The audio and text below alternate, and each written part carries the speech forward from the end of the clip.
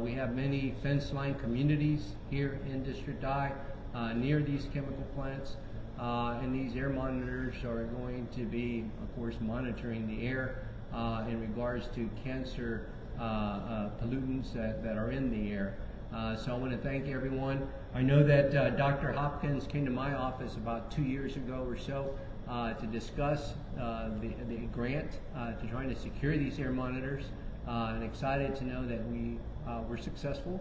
$500,000 grant for several monitors, and talking to Dr. Hopkins, it's not just going to be monitors that are in place. They may be also monitors that will be used to be driving around, which are very important, because as you know, in the media, many of these chemical plants are a little hesitant to let for the air monitors to monitor their operations. But with these monitors that are going to be driving around, we'll be able to take a closer look and to make sure that the air in the area is good air and not cancer-causing pollutants. So again, we're excited about this. If I could, I'd like to have Congresswoman Sylvia Garcia come up and make some remarks. Thank you, Council Member, and it's always great to be in your district, and being here reminds me of all the good fights that we had to make sure that we had this botanical garden, not only here for Houston, but for it to be right here in the heart of the East End. I remember more than one town hall meeting on that issue. So the fight continues, not only for making sure that we have lovely settings like this for everyone to enjoy, but more important, to make sure that everyone can have their pretty space like this at home. I first want to thank Dr. Hopkins, in the Health Department for being here, and of course the EPA Administrator, Dr. Nancy. You'll hear from both of them later. But today we're here one step closer to getting a better public health. Clean water is a human right. Clean air is a human right. They are both an outcome and a predictor of poverty here in my district. They are both important to improve the quality of life and to extend our community's average lifespan. And so we must prioritize a clean and healthy environment first and foremost. The needs of my district are multifaceted, but we take one issue at a time. Today we are prioritizing air quality improvement measures, educating our community about environmentally healthy living, and investing in sustainable solutions. It's frankly about being a good neighbor. My district, as many of you know, is majority Latino community. We garden outside on weekends, we celebrate holidays in the backyard with family, and we play outside at recess.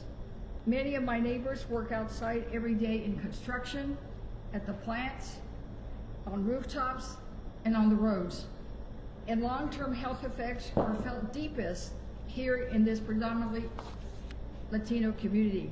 When the air is filled with harmful toxins, the outdoor workers are the ones who suffer the most.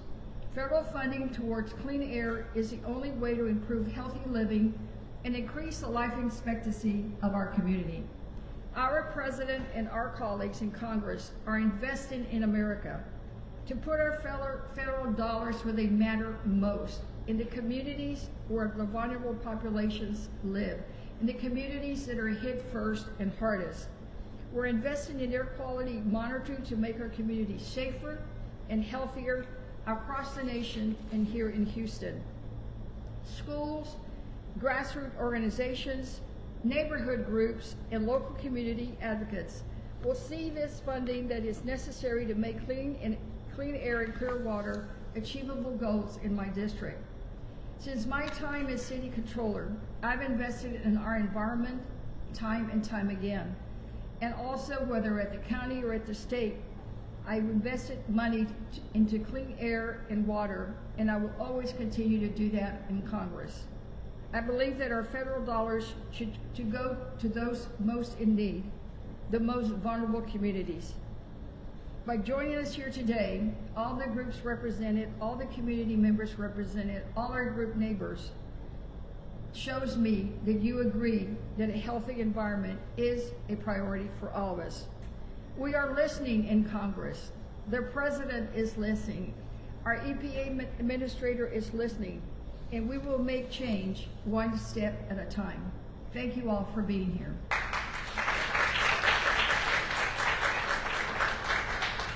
Next, I'd like to give a few minutes to my colleague who's been there with us every step of the way on issues related to the environment and clean air and water, to make sure that all our communities across the nation, and particularly here in our region, get their human right of clean air and clean water. Congressman Al Green.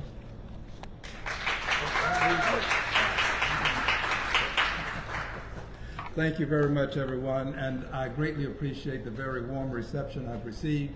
It's always a privilege and a pleasure to be in the district with Congresswoman Garcia. She came to Congress well equipped to do the job, and she has done an outstanding job since her arrival. I do believe her work, not only here in Houston, but also her work in Congress, would merit that we give her a very special expression of appreciation for a job well done. Would you join me, please?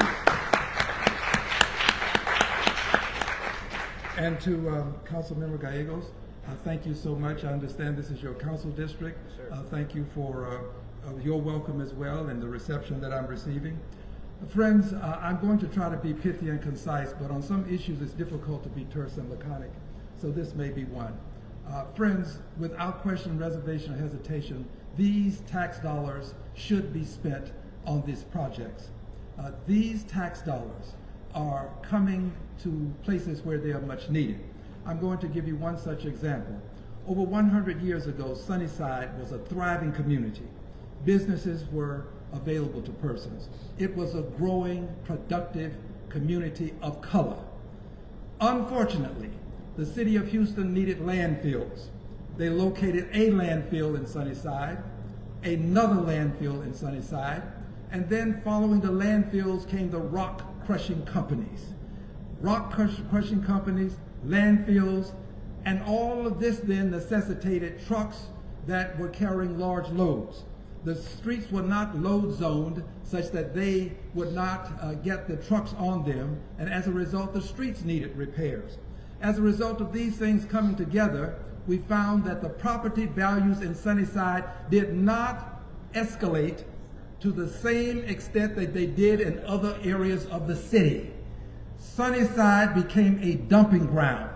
When your community becomes a dumping ground, people don't want to buy property in that community at a premium price. The price for property not only did not escalate, in some places it went down because of Sunnyside being perceived as a dumping ground. These tax dollars are going to help. There is something called a Sunnyside solar farm that is being constructed with the good officers of the city of Houston. The mayor and I have worked together. Some $750,000 will be placed in this Sunnyside solar farm, which is on a former dump, a former landfill. Dump seems to be more appropriate to me, to be quite honest. $750,000. That money came to that landfill not because I, personal pronoun, was able to get it done, but because we, working together, were able to get it done. No member of Congress does it by himself or herself. It is by working together, and I have a good partner in Congresswoman Garcia to get these kinds of things done. So Sunnyside needs to have this opportunity to rejuvenate, to be revived, become the vibrant community that it once was and that it can be again. But it can only happen if we can have projects such as this so that we can understand the quality of the air in Sunnyside, so that people can make sure that their health care needs are being properly met. They have to be addressed because they are the health care needs not only just of Sunnyside, but of our entire Houston community. We can't conclude that because there's more sickness in one area of town, we should just move to another area of town. Whatever impacts one directly impacts all indirectly. So we want to make sure that they get good health care in the Sunnyside area. And finally this, I said I would be as pithy as possible, so I've done as best as I can, but I have to give this final closing statement, dear friends. This, friends, is the genesis of what should come. I don't know what will, but it's the genesis of what should come. We should have better health care, not only for Sunnyside, but for all sides of Houston. Health care is something that we should have as a universal right simply because we are human beings. We cannot allow landfills, rock crushing companies, trucks that are carrying these large loads, and all sorts of other things to happen when you have these three things occurring, meaning people will say, well, Sunnyside is where our landfill is. Let's go over and just take our trash and dump it on the streets of Sunnyside. That's what happened. It became a trash collection point for other parts of the city. And Sunnyside is not the only place, by the way, but it's the one that I'm representing. I know that Congresswoman Garcia can speak of similar circumstances. But we can't allow Sunnyside to become an island unto itself. Healthcare is important for all of us. And this is the richest country in the world. If we can provide healthcare to a mortal combatant, when we're engaged in combat with you, if we should wound you, we'll give you aid and comfort. If you rob a bank and we should wound you, we'll give you aid and comfort. If we can give aid and comfort to people that are fighting us in mortal combat and people who are engaged in robbing banks, we can give it to hard-working Americans who happen to live in areas where we've decided to make them dumping grounds. It's time to revive and rejuvenate Sunnyside and other areas of the town that are similarly situated. Now, as I leave, I want you to know that the mayor of the city has worked closely with us. I'm proud of what Judge Lina Hidalgo has done as well. I regret that I cannot say that to her personally today, but I shall let her know in the future. And I'm proud that the mayor has worked to help us get this grant, some $500,000, $498,982, but that's $500. If it's not, I'll donate the rest and make it $500. It should be $500. So let's again give Congresswoman Garcia a big expression of appreciation for what she's done. Thank you, Congresswoman. Congresswoman Lee, did you want to say a few words? Thank you very much.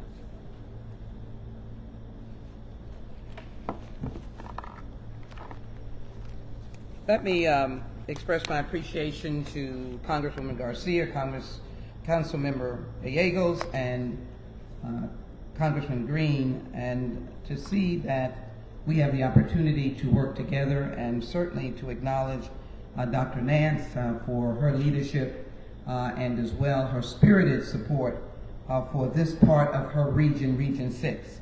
Let me also acknowledge our EPA administrator who has been a bright light in this region and representing parts of this grant of $499,982 and representing the Fifth Ward area that has been really attacked by cancer clusters, so much so that we are continuing to work. We could not have come this far without the Environmental Protection Agency.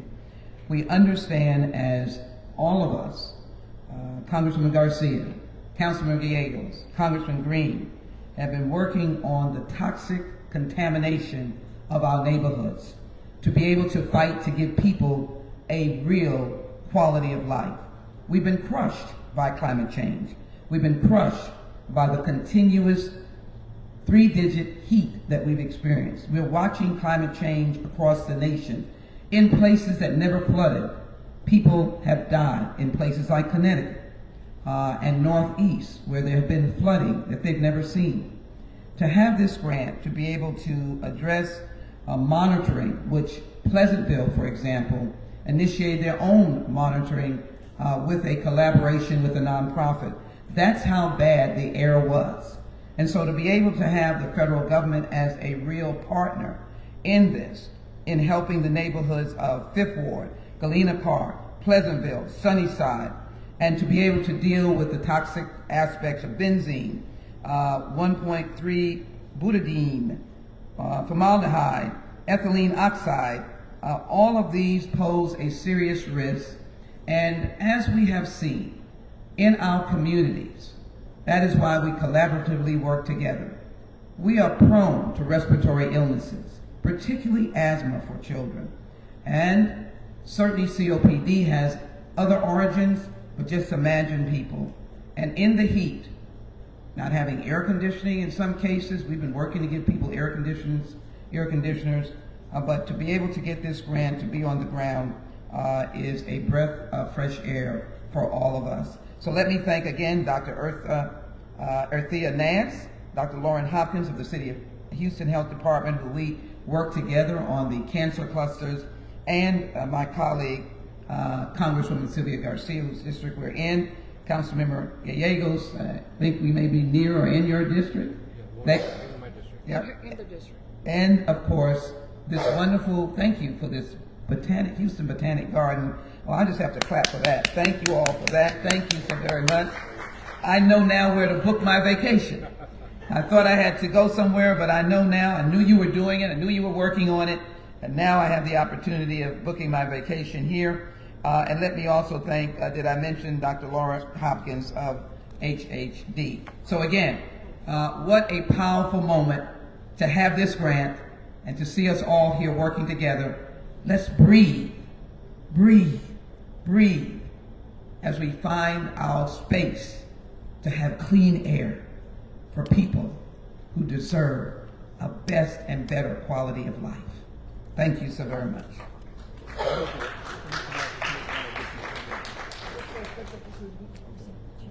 Okay.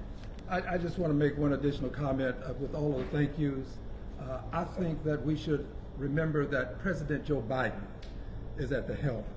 And it's President Joe Biden that sees these issues as issues of importance, not only for this area, but for our country. So I want to thank the administrators who are here, but let's give President Joe Biden an expression of appreciation for what he's doing. Thank you very much.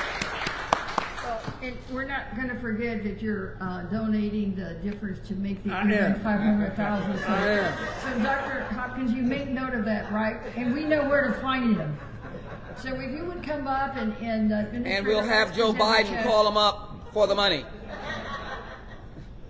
So yeah, we're going to take photos with the congressional members, check the positive remarks for a second, and then we'll come back.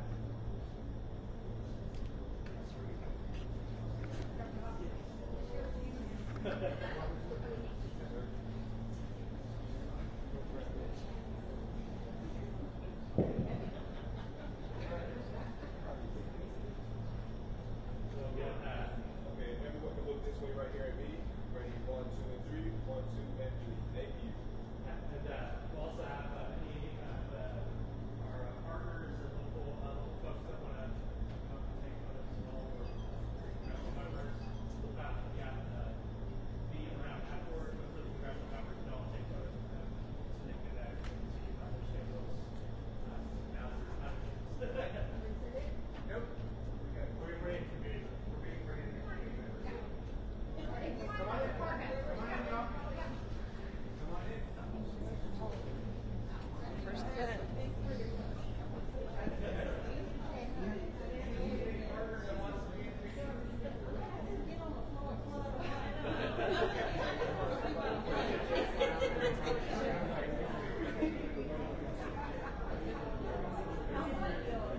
Okay, everyone can look right here. 1, 2, and 3. 1, 2, and 3. Thank you.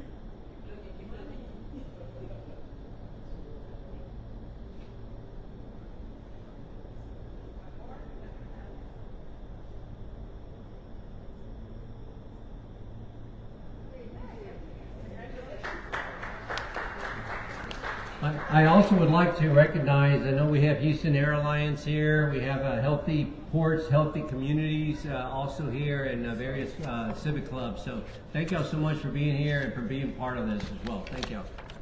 Sorry. And this, please know that we, as I said earlier, we've been working on this for a long time, and we're not going to stop until we can actually brag about being the most monitored place in the country. If we have to do it, let's work on it. always tell the mayor that when I was city controller, my job was to watch the money. My job now is to bring the money. So Dr. Hopkins will bring you more. And working together with the administrator, I know we're going to do that, so let's hear from her next.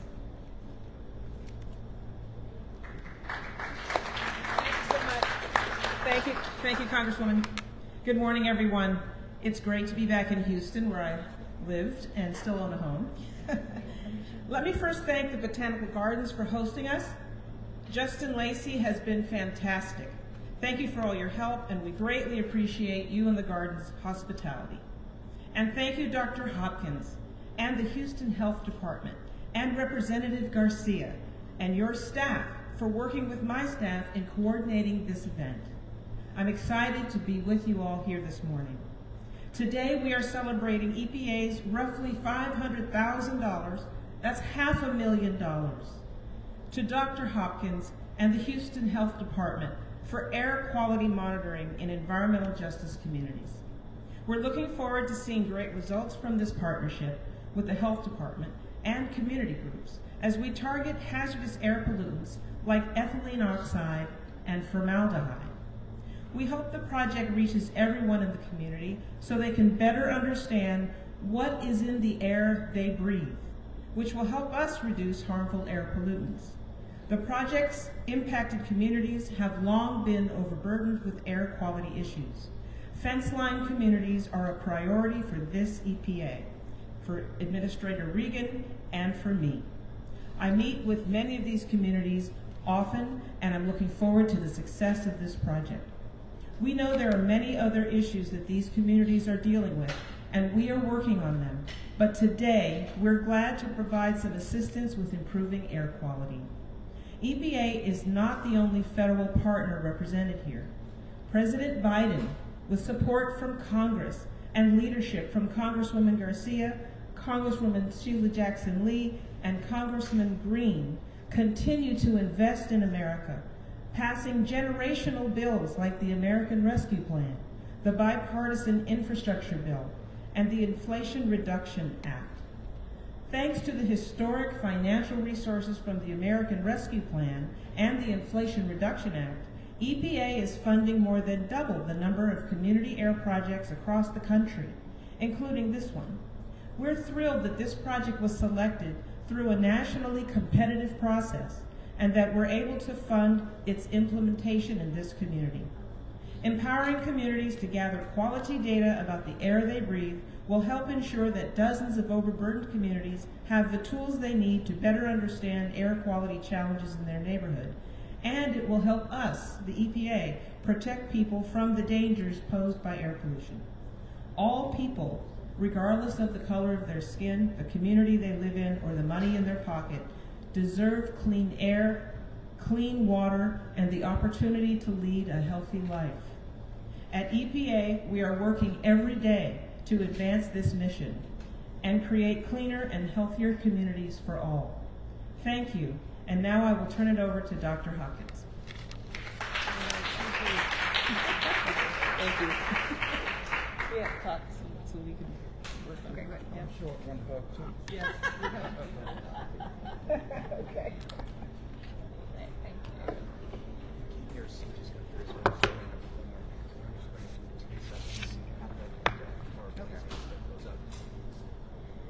Thank you. The Houston Health Department is concerned about the unhealthy levels of cancer-causing hazardous air pollutants in the environmental justice communities of Meadowbrook, Allendale, Pecan Park, and Park Place. Specifically, we're concerned about the toxic air pollutants 1,3-butadiene, benzene, formaldehyde, and ethylene oxide. They are 4 of the top 5 pollutants of concern, cancer-causing pollutants, in this community according to EPA assessments. For 1,3-butadiene alone, the risk of cancer from air pollution in this area increased between 2014 and 2021 by 218%. These communities share fence lines with or are in close proximity to the largest emission sources of 1,3-butadiene in the city of Houston, the Texas Petrochemical Plant and Goodyear plants. Health Department analysis indicates that the highest hourly 1,3-butadiene concentrations are recorded when the 2 TCQ monitors that surround this area, the Milby monitor and the Chavez monitor, are downwind of this area. Cancer risk from benzene is also a concern. It's been identified as a top definite risk pollutant for the city of Houston. And the problem is benzene and 1,3-butadiene cause the same kind of cancer, leukemia. Formaldehyde and ethylene oxide, the other two pollutants that we are investigating, are large contributors of total cancer risk in the community, and there's really not very much information about it. So this work will get into some details, some specifics about those two pollutants.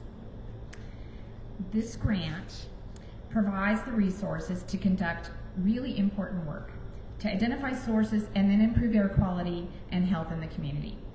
We're going to do this work alongside and together in partnership, as the health department always does, with the community, with local environmental grassroots groups like Air Alliance and Houston Wilderness, and neighborhood groups like the Botanic Gardens, as well as students from Milby High School and Chavez High School, with the support of council members like Councilmember Gallegos.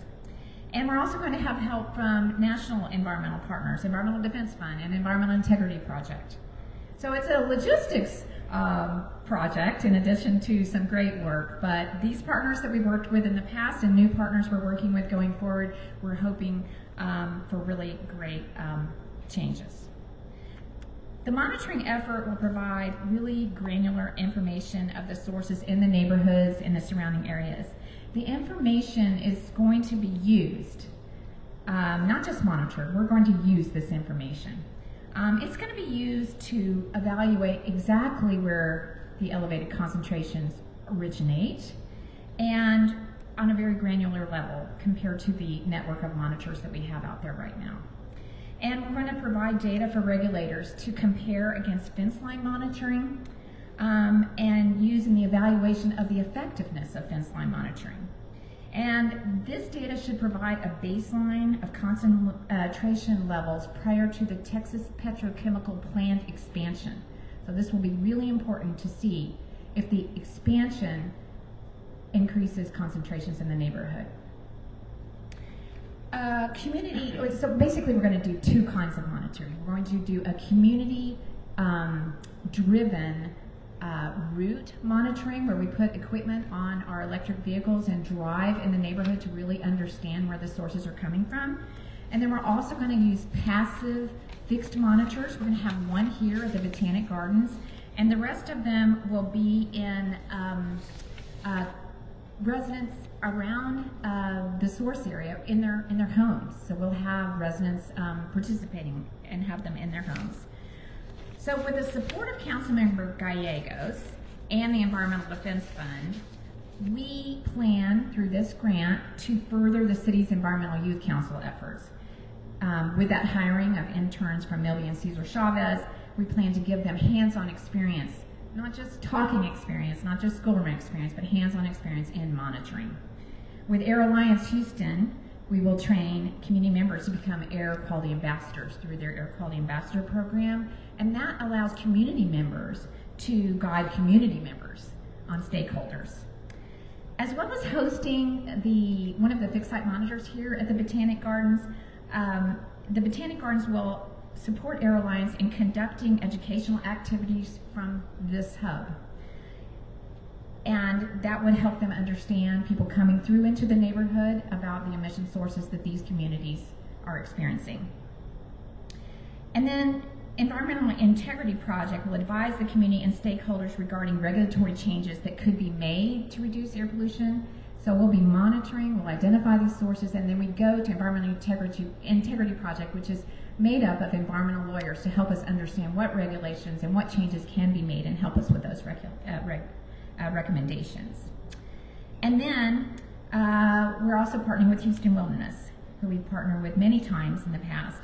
They will educate the community on Houston's Super Tree program, where native trees remove air pollution and provide ecosystem services such as carbon sequestration, heat reduction, and flood mitigation. And Houston Wilderness will lead the official project kickoff in the community with a super tree planting alongside of all of our partners on November 3rd, which happens to be Texas Arbor Day. So this project will not be possible and really wouldn't be effective without our partners and all the work that they will contribute alongside of the health department.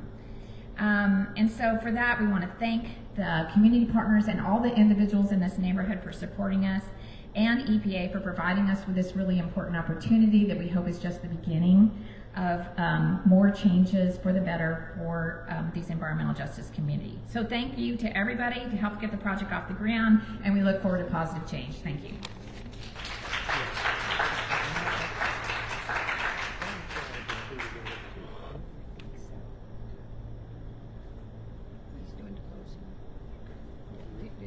I want to thank the administrator for doing this, because I do this on behalf of the thousands of people who live in Sunnyside, which is also impacted by the project. It's important to note that Sunnyside has had multiple landfills, rock crushing company. Sunnyside became a dumping ground, and this is going to help us to improve the quality of life for the people in Sunnyside as well. So thank you very much. I want to make sure that that's in the record. Thank you. Once again, thank you to our congressional delegation from the city of Houston, Congresswoman Garcia, Congresswoman Sheila Jackson Lee, and Congressman Al Green. Thank you for your support. Again, this is a partnership with Houston Air Alliance and the Healthy Ports, Healthy Communities, and many other organizations. So this is something that was desperately needed, and I want to thank Dr. Nance for the funding. And also Dr. Hopkins, again, excited that we're going to have interns from Chavez High School and Milby High School that will be monitoring and learning a career at the same time. So thank you everyone for being here, and again, thank you to everyone that made this possible. Thank you.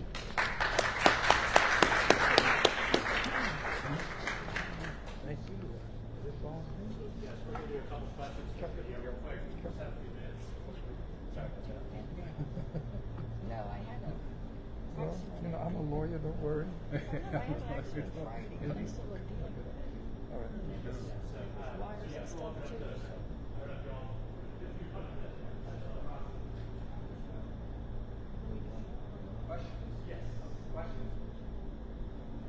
Hi, good afternoon, y'all. A lot of great information here. If y'all could just really maybe sum up, what's going to be the biggest impact or change that Houstonians will see from this grant? Because overall, like we always think, getting a grant is great, but what kind of impact or change are they going to see to the day-to-day?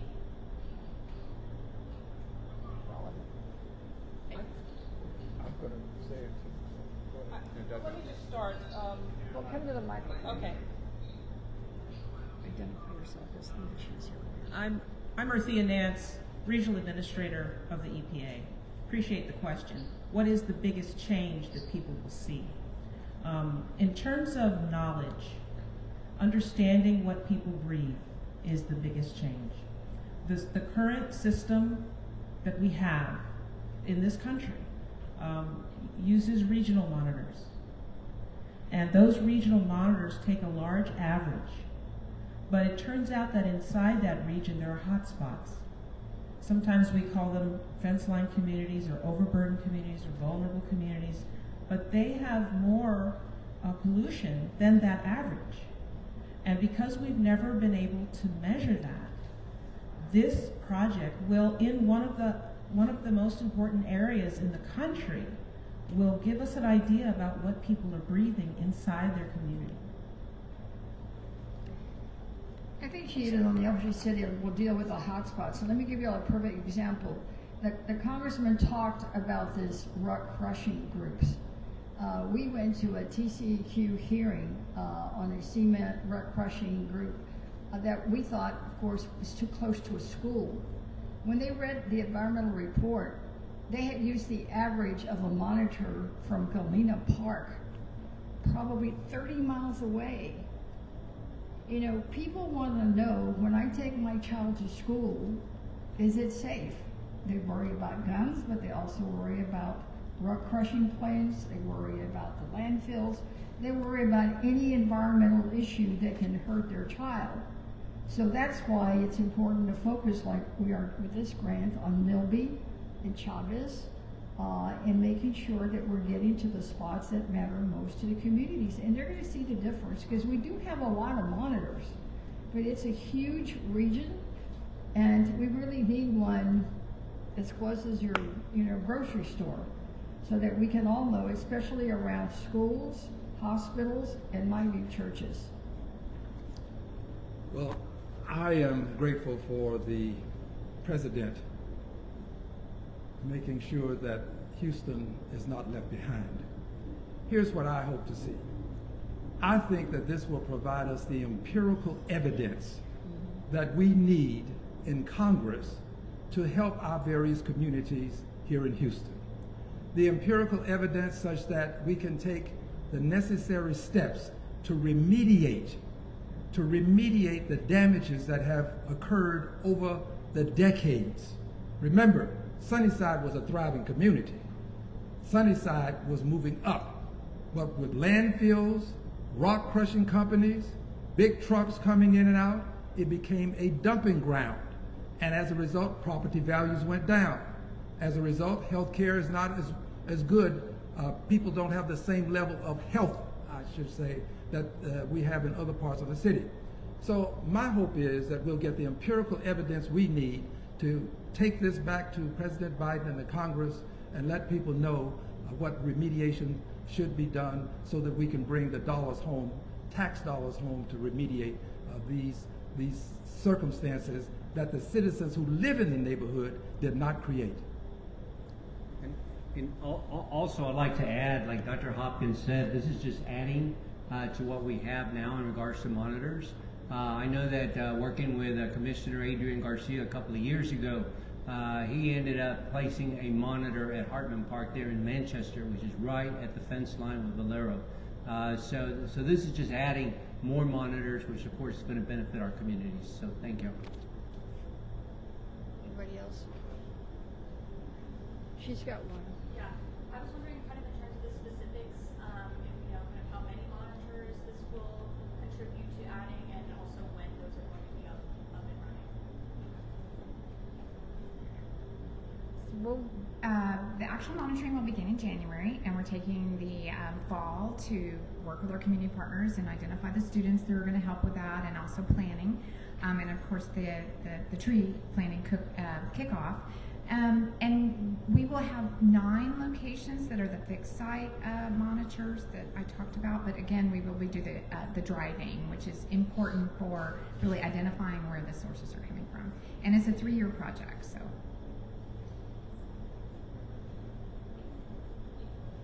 Captured one of my questions. The other was, what types, you're speaking about recourses for remediation, what types, as an example, I don't know yet if you access those, but what do you expect to actually ask for if you do find elevated levels? No, I can help you with that answer. Thank you very much. And by the way, I'm here to support what's happening in this community. Over on the north side, there was a Whispering Pines sanitary landfill right near Smiley High School. We've had other landfills around the city. I'm here for this community too. My congressional district comes right up to this one, so I'm very much concerned about what's happening here. We're neighbors. We are neighbors, but more than that, we're friends. Here is the point. What we're doing with the Sunnyside Solar Farm, we can do with others. Those landfills can be used for other purposes, and that's what we'd like to do. Remediate and use for other purposes, the landfills. The Sunnyside Solar Farm is a preeminent example of how a dump can become a means by which we can heat our homes, by which jobs will be created. We have $750,000 of tax dollars going into that project from the federal government that Congresswoman Garcia and I were able to secure. So that is an important aspect of it. But the other is, some of these landfills still have not been properly remediated, in the sense that they have not been segregated from the rest of the soil so that we don't have concerns about what's happening to the water. We want to make sure that the quality of the air is good, but we also want to make sure that the water beneath the landfills is not being contaminated with some of the garbage that's been disposed in these landfills. I think that there are many things that we can do to remediate. This is the genesis of that process. The revelations will come after we get the empirical evidence. For example, if you find elevated levels of toxic air toxins around the Texas petrochemical plant, what does that mean? Does that mean anything in particular for the expansion, or are there any things that can be held, or is it more?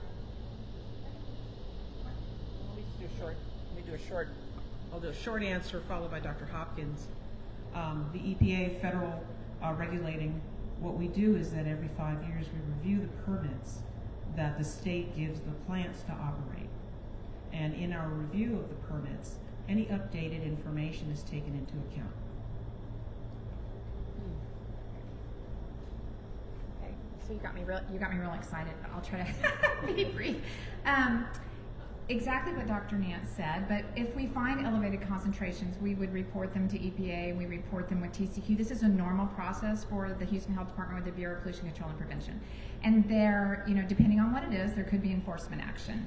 But we want a long-term fix. We want regulation change, understanding what fence line monitoring does. That's something that people advocate for, but how good is it? That kind of thing. Because, we can go after certain events and upsets, and that's important, but really long-term change of lower concentrations and understanding that the control devices on these facilities are actually working as they should.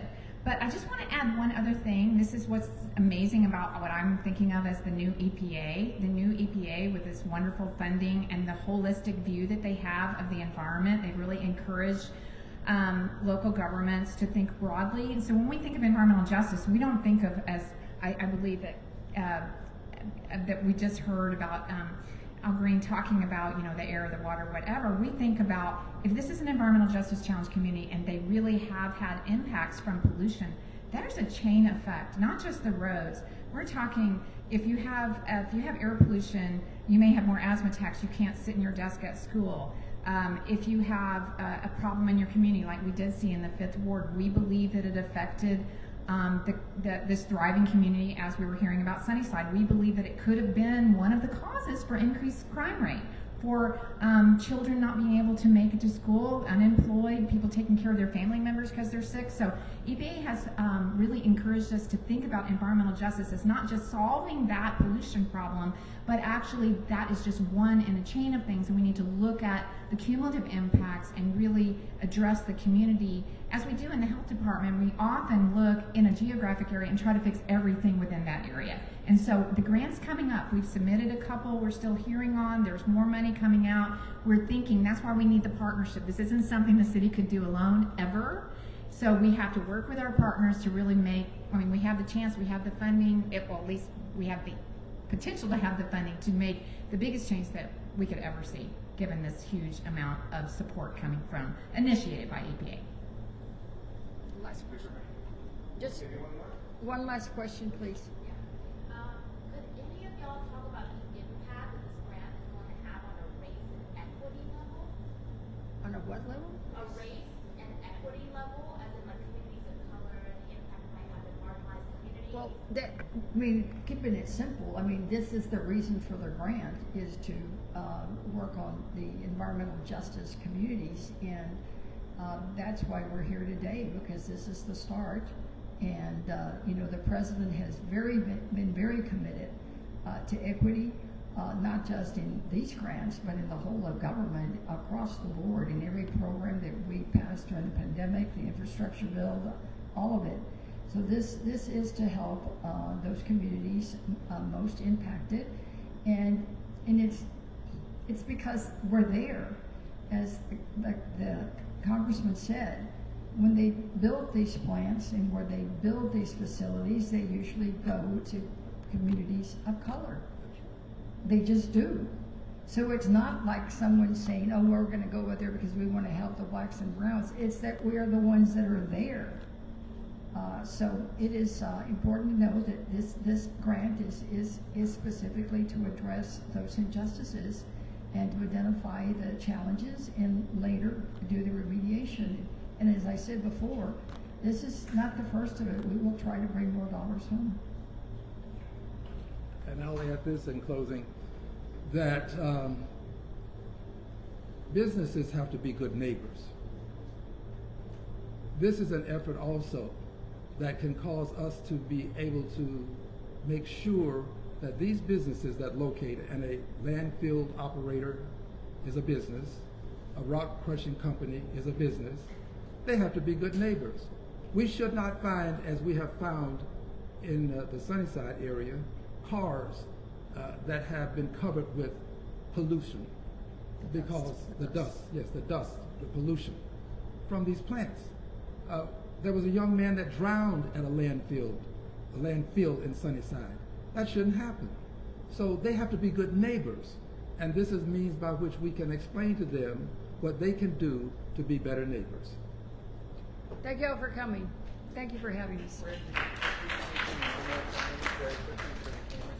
Once you step on the, we have video